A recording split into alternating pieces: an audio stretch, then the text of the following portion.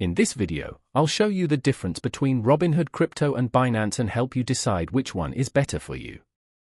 First, open both apps and make sure they're updated, then take a look at their main dashboards to understand how they work.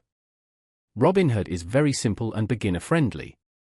You can quickly buy or sell crypto from the home screen with just a few taps. It doesn't charge traditional trading fees, but the cost is often included in the price spread. It's great if you want an easy, clean experience without too many options. Binance, on the other hand, is much more advanced.